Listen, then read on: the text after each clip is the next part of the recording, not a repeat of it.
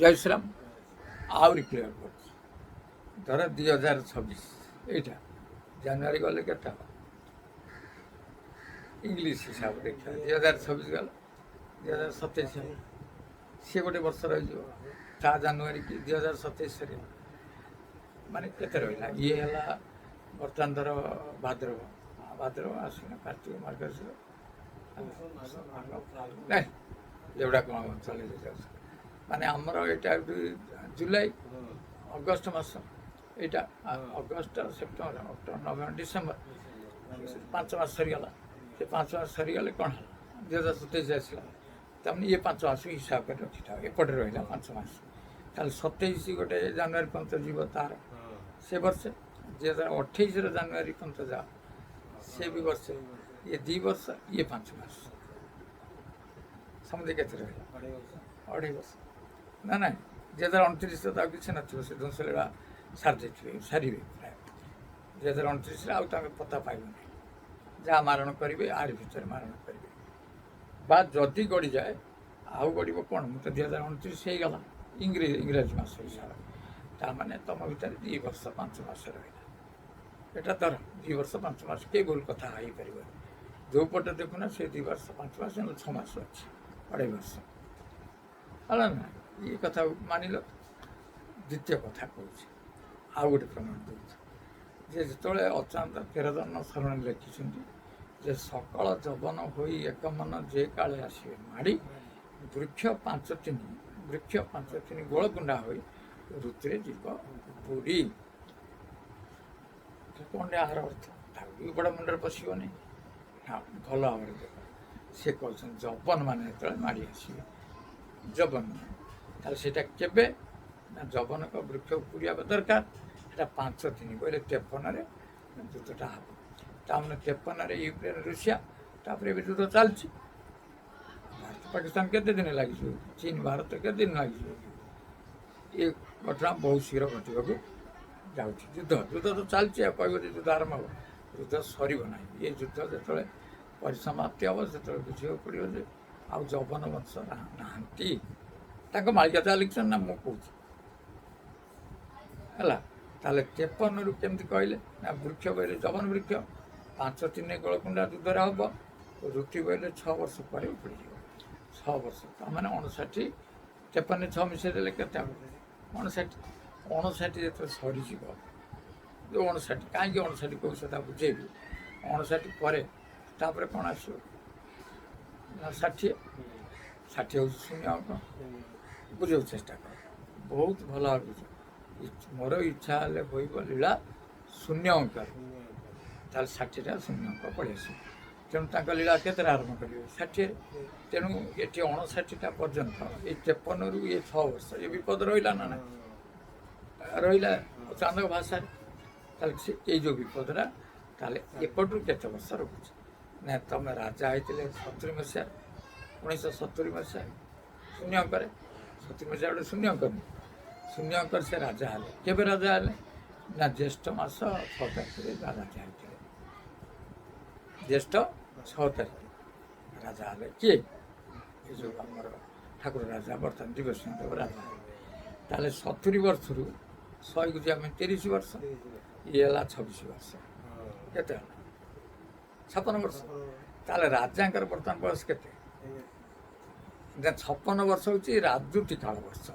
ତା ଦେହରେ ଯଦି ଆଉ 17 ବର୍ଷ ମିଶିବ ତାହେଲେ 17 ଇଏ ଯେଉଁ ବର୍ତ୍ତମାନ 56 ଚାଲିଛି 56, ତାହେଲେ ମିଶିଲେ ତାଙ୍କର ହେଲା 73 ବର୍ଷ।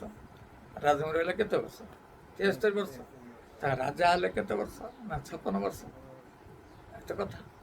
ତାପରେ ସେ କହୁଛନ୍ତି 56ରେ ତ ହେବନି, 57 ଯିବ, 58 ଯିବ, 59ରେ ଘଟିବ। ତାହେଲେ ବର୍ତ୍ତମାନ ଯେଉଁ 56 ରାଜାଙ୍କର ଦେଖାହେଉଛି, ଏ 56 ପୁରୀ ସାରିଲାଣି କେବେ? ଭଲ ଭାବରେ ବୁଝ। 56 ଜ୍ୟେଷ୍ଠ ମାସ 6 ତାରିଖରେ ପୁରୀ ସାରିଛି। କିନ୍ତୁ ଭାଦ୍ରବରେ ଆଉ ଗୋଟେ ଅଙ୍କର ପୂରଣ ହେବ। କିନ୍ତୁ ରାଜାଙ୍କର ରାଜୁତି କାଳର ଏଇ ଜ୍ୟେଷ୍ଠ 6 ପରେ 57 ଚାଲିଲାଣି। ତାମାନେ 57 ଚାଲିବ ସେ କେତେ ଦିନ? ଫେର ଗୋଟେ ଜ୍ୟେଷ୍ଠ 6 ତାରିଖ ନାଇଁ, ଇଏ ସେଠୁ 57 ପୁରୀ ଯିବ ଜ୍ୟେଷ୍ଠ 6 ତାରିଖରେ। ତାପରେ ଆସିବ କ'ଣ? 58।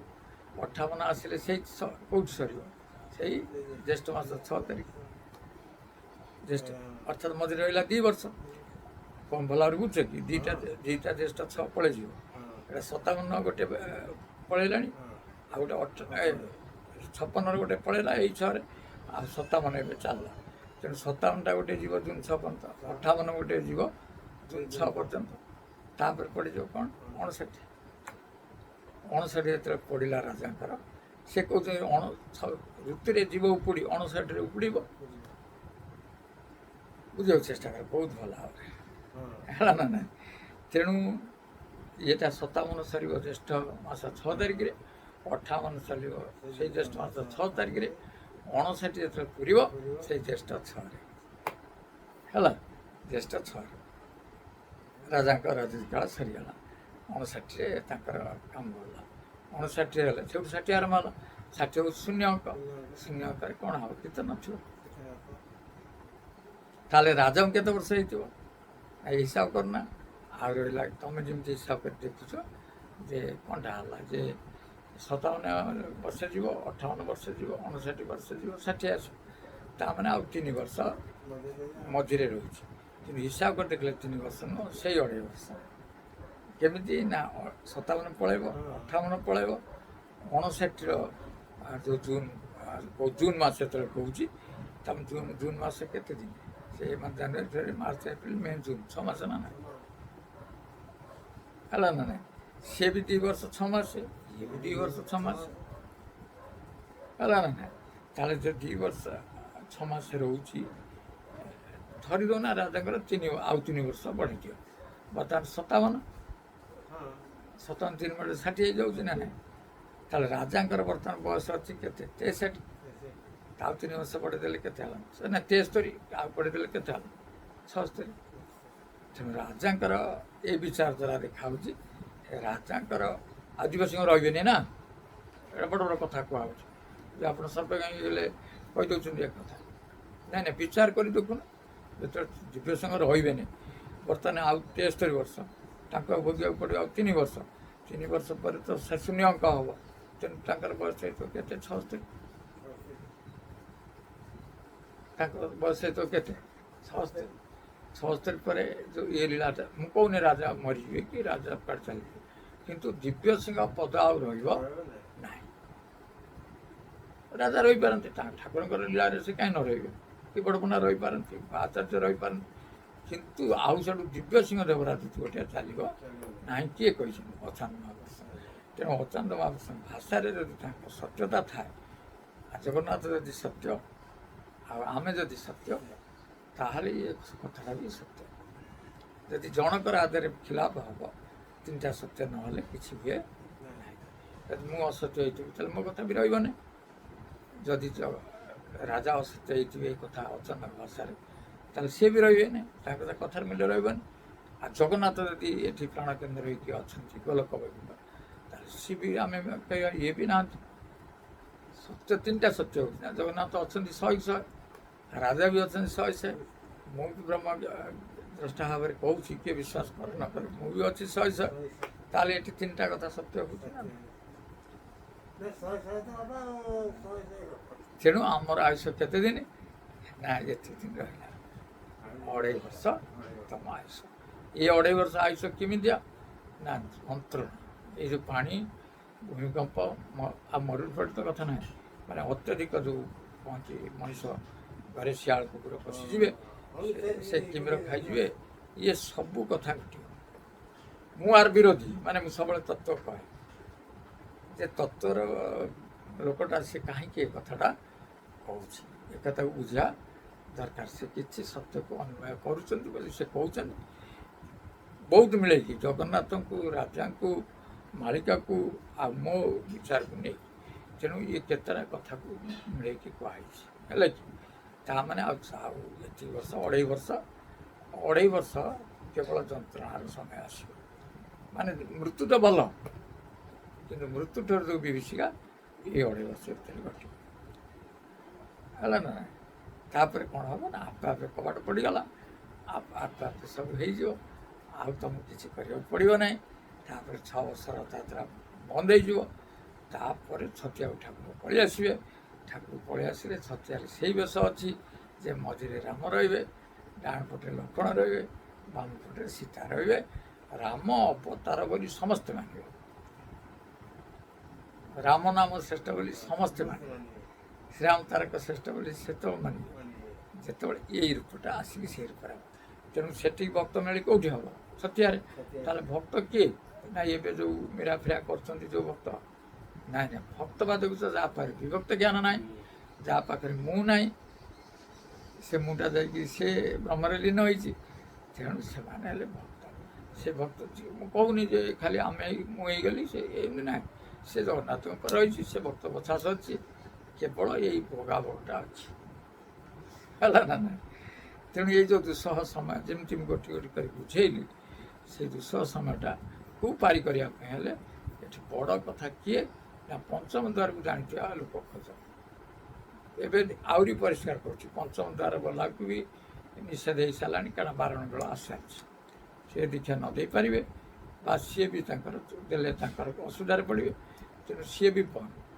ଏବେ କ'ଣଟା କରିବ? ପଞ୍ଚମ ଦ୍ୱାର ଲୋକ ଖୋଜିବ, ଯଦି ଶହେ ମଣିର, ନହେଲେ ଜଗନ୍ନାଥଙ୍କର କହିଲି ପଞ୍ଚମ ଦ୍ୱାର ମାନେ 4 ଦ୍ୱାର ବନ୍ଦ ହେବ, ସେଠି ବି କିଛି କରିପାରିବନି। ତେଣୁ ସେମାନେ ଯେଉଁ ବ୍ରହ୍ମଗୁରୁ କରି ପଠାଇଛନ୍ତି, ଏବେ ବି ଉପସ୍ଥିତ ଅଛନ୍ତି ଓଡ଼ିଶାରେ ଓ ଭାରତବର୍ଷରେ, ଯେ ନାହାନ୍ତି ବୋଲି କଥା ନୁହଁ, ଯେ ବ୍ରହ୍ମଦ୍ରଷ୍ଟା ବି ଅଛନ୍ତି, ଯାହା ପାଖରେ ଯେମିତି ନାନକ ଥିଲେ, କବିର ଥିଲେ, ବୁଝିଲେ, ସେମାନେ ସବୁ ଏ ତୀର୍ଥବାର୍ତ୍ତା ଗୁଡ଼ା ସବୁ ମାନନ୍ତିନି। ସେ ପଞ୍ଚମ ଦ୍ୱାର ଲୋକ, ସେ ଜାଣନ୍ତି ସର୍ବତ୍ର ତ ଠାକୁର ଅଛନ୍ତି, ଏଇଠି ମୁଣ୍ଡିଆ ମାରିଲେ ବି ହେବ, ବ୍ରତ କୁହନ୍ତି ତୀର୍ଥ କୁହନ୍ତି। କିନ୍ତୁ ଆମେ ବି 300 ଲୋକ ଦେଇଛନ୍ତି, ହେଲା ନା। କିନ୍ତୁ ଆମେ ଦେଖୁଛନ୍ତି ଯେ ବର୍ତ୍ତମାନ 3 ଜଣ କିଏ ହୁଅନ୍ତୁ, ଯେ କଥାଟା କହୁ ଯେ ମୁଁ ବି ସେ ଅନୁଭବ ଆସିଗଲା, 3 ଜଣ ତ ଖୋଜିବା, 3 ବର୍ତ୍ତମାନ ତମ ପାଖରେ ନାହିଁ, ହେଲା। ଇଏ 3 ଯେତେବେଳେ ନାହିଁ, ତାହେଲେ ଜାଣିବ ଯେ ଇଏ ଯେଉଁ 3 ଥିବେ, ଇଏ ଗୁରୁ କୃପା ପାଇଥିବେ। ଖାଲି ଜ୍ଞାନ ଜାଣିଲେ ତ ହେବନି, ଗୁରୁ କୃପାର ବି ବହୁତ ଆବଶ୍ୟକ ଅଛି। ଅର୍ଥାତ୍ ମୁଁ ଯେଉଁ ତ୍ରିଗୁଣ ଜାଣିଥିଲି, ଏକାଠି ତ ମୁଁ କ'ଣ ଜାଣିଥିଲି, ସବୁ ବହୁତ ଲୋକ ଜାଣିଥିଲେ, ବହୁ ମହାପୁରୁଷ। କିନ୍ତୁ କୃପା ହେଲା ତାର ଯେ ଜଣଙ୍କର ପଞ୍ଚମ ଦ୍ୱାର ଦେଇ ପଳେଇବ, ସେଟା କ'ଣ ଆଉ ମଣିଷ କରୁଛି? ସେ ଗୁରୁ କୃପାରେ ହେଇଛି। ଧର ମୁଁ ଆଉ ଟିକେ କ୍ଲିୟର କରୁଛି, ମୁଁ ପ୍ରଥମ ଗୁରୁ ଯେ ସୀତାରାମ ବାବା, ସିଏ ମୋତେ ଗାଳି ଦେଇକି ବିଦା କଲେ, ନାଇଁ ତୁ ମୋର ଶିଷ୍ୟ ନୁହେଁ। ମୁଁ ଯାଇଛି ତାଙ୍କ ପାଖରେ ପାଦ ଧରିଛି, ସେ ତ ଠେଲି ଦେଲେ ପାଦ, ନାଇଁ ନାଇଁ ତୁ ମୋର ଶିଷ୍ୟ ନୁହେଁ। ମୋ ବହିପତ୍ର ଚିରିଦେଲେ। କି ତାପରେ ଆଉ ଜଣେ ଗୁରୁ କଲେ, ସିଏ ମୋ ବହିପତ୍ର ଚିରିଦେଲେ, ସିଏ ମନା କଲେ ମୋ ଶିଷ୍ୟ ନୁହେଁ, ମୋର ତ ଗୁରୁ ନାହାନ୍ତି। ମାନେ ଭାବିବନି ଯେ ମୁଁ ଗୁରୁଙ୍କୁ ଅପେକ୍ଷା କରୁଛି, ନାଇଁ ନାଇଁ, ଗୁରୁ ମୋତେ ପାଦରେ ଠେଲିଦେଲେ, ଯାଇନା ଏ ଆବଶ୍ୟକ ଗୁରୁ, ଇଏ ଭୁଲ, ଇଏ ତାଙ୍କୁ ବହୁତ କଥା କହିଲେ। ବର୍ତ୍ତମାନ ତ ଗୁରୁ ନାହିଁ। ତାହେଲେ କାଲି ସନ୍ଧ୍ୟା ଯେଉଁ ବୁଲୁଥିଲା, ଗୁରୁ କୃପା ଭିକ୍ଷା ତୁ କର, ଯେ ଗୁରୁ କୃପା ହିନ୍ଦୁ ଯେବେ ଉଇଁବ, ଶୁଦ୍ଧ କୁମୁଦ କି ଫୁଟିବ ତର, ହିନ୍ଦୁ ପରେ ବିନ୍ଦୁ ତ ବନ୍ଧୁ ନଇଲେ, କିଏ ଭବ ସିନ୍ଧୁ କରିବ ପାର। ତୁ କରେ ଇଏ କି କଥା, ଆପଣ ତ ଗୁରୁ ନାହାନ୍ତି, ଫେରେ ଗୁରୁଙ୍କ ଉପରେ କ'ଣ ଲେଖିଲେଣି? ନା କୋଉଠି ଅଛନ୍ତି ନା? ତେଣୁ ଜଗନ୍ନାଥ ମୋର ଗୁରୁ, ବା ଶିବ ଠାକୁର ମୋର ଗୁରୁ, ଅଖଣ୍ଡ ଶିବ ଠାକୁର। ସେ ନଥିଲେ ଫେରେ ମୁଁ ପାଇଲି କେମିତି? ଯଦି ଗୁରୁ ରୂପରେ ଜଗନ୍ନାଥ ମୋତେ ସେଠି ଜ୍ଞାନ ଦେଲେ, ତାହେଲେ ସେ ଜଗନ୍ନାଥ ବି କେଉଁଠି ପୁରୀ ଧାମରେ ରହିଲେ, ସେ କେମିତି ଚିହ୍ନେନି କଳ୍ପତରୁ? ସେଇ କଳ୍ପତରୁ କହି ଅଙ୍ଗୁର ଦେଇଛନ୍ତି, ତାପରେ ଖେଚଡ଼ି ଦେଇଛନ୍ତି, ଆଉ ଚିହ୍ନିଛନ୍ତି ମୋତେ। ଆଉ ଏ କଥା ବି ସତ୍ୟ। ଆଉ ଯେ ମୁଁ କାହିଁକି ଯାଉନି, ଯେ ଚିହ୍ନା ଲୋକ କାହିଁକି ଯିବ ସେଠି? ଇଏ ତ ଅଚିହ୍ନା ବୋଲି ଚିହ୍ନିବା ପାଇଁ ଯାଉଛନ୍ତି, ଯେ ଚିହ୍ନିଛି ସେ କାହିଁକି ଯିବ? ତୋର ମୋର ଭାବ ବନ୍ଧୁ ସଂସାରେ ଜାଣିବ କିଏ, ଦେବା ନେବା ହେଲେ ସିନା ସଂସାରେ ଦେଖିବ କିଏ, ମାଗିଲେ ନ ଦେବୁ ନାହିଁ, ଯାଚିଲେ ନ ନେବୁ ନାହିଁ, ମନରୁ ତୁ ଯିବୁ ନାହିଁ, ଭୁଲି କାଳିଆ ଘର ଆସନ୍ତୁ ଦିନେ। ନା ନାଇଁ, କଥାଟା ଦେଖ, ତାର ଭାବରେ ତୁ ତୁମର ବନ୍ଧୁ, ମୁଁ ତୋ କତିକି ଯାଇ କାହିଁ କହିବି ମୁଁ ତ ଭକ୍ତ ଆଇଛି ବୋଲି, ତୁ ମୋତେ ଚିହ୍ନ କହୁନୁ ଭକ୍ତ ବୋଲି, ମୋତେ ଡାକୁନୁ, ତୁ ମୋ ଘରେ ଆସି ପହଞ୍ଚଉନୁ, ମୋତେ କୁଣ୍ଡେଇ ପକଉନୁ ଭକ୍ତ ବୋଲି। ଅପେକ୍ଷା ଏତିକି, ହେଲା କି? ଆଉ ଅଧିକା ବି କିଛି କହୁନି, ବହୁତ ବିଚାର କରି କହୁଛି। ଆଉ ଭୁଲ ବି ବୁଝିବ ନାହିଁ ଯେ ଅନ୍ୟ ମାଳିକାକାର ବୋଲି ମୁଁ କହୁଛି ଏମିତି ନା। ଆପଣ ଜ୍ଞାନୀ ଲୋକ ହିସାବରେ ବିଚାର କରିବାର ଶକ୍ତି ଦିଆଯାଇଛି। ଏଇ 2-3ଟା କଥାକୁ ନେଇକି ବିଚାର କଲେ ତ ବହୁତ ପରିବର୍ତ୍ତନ ଘଟିବ, ହେଲା କି? ବହୁତ ସମୟ ଅଛି, 2.5 ବର୍ଷ, 2.5 ବର୍ଷରେ ବହୁତ ବି ପରିବର୍ତ୍ତନ ଘଟିବ। ସବୁବେଳେ ମନେ ରଖିଥିବ, ଗୁରୁ କୃପା ହିଁ ଶ୍ରେଷ୍ଠ। ଏତେ ବାହାନା ନୁହେଁ, ଗୁରୁ କୃପା ହିଁ ଠିକ୍। ତେଣୁ ଗୁରୁ କୃପା କ'ଣ ତାର ଭଗବାନ କହିବେ ଯେ ନାଇଁ ଆପଣଙ୍କ ମୁଣ୍ଡରେ ହାତ ମାରିଦେଉନାହାନ୍ତି, ଗୁରୁ କୃପା ହେଇଛି ନାହିଁ। ଗୁରୁ କୃପା ବି ତା ପାଖରେ ନଥାଏ। ଗୁରୁ କୃପା ତାର ଯେଉଁ ବ୍ୟବସ୍ଥା ଭିତରେ ଯେ ଗୁରୁ କୃପା ପାଇଯାଏ ଆଉ କ'ଣ, ସେଟା ହେଉଛି ଗୋଟେ ହୃଦୟର କଥା। ମୋ ନାତୁଣୀକି ମୁଁ କୁଣ୍ଡେଇବି, ସେଟା ଗୋଟେ ମୋ ହୃଦୟର କଥା। ତେଣୁ କୃପା ହେଉଛି ସେ ହୃଦୟର କଥା। ତେଣୁ ଅପେକ୍ଷା କେବଳ ଏଥିରୁ ଭୁଲ ବୁଝିବ ନାହିଁ। ଜୟ ଶ୍ରୀରାମ।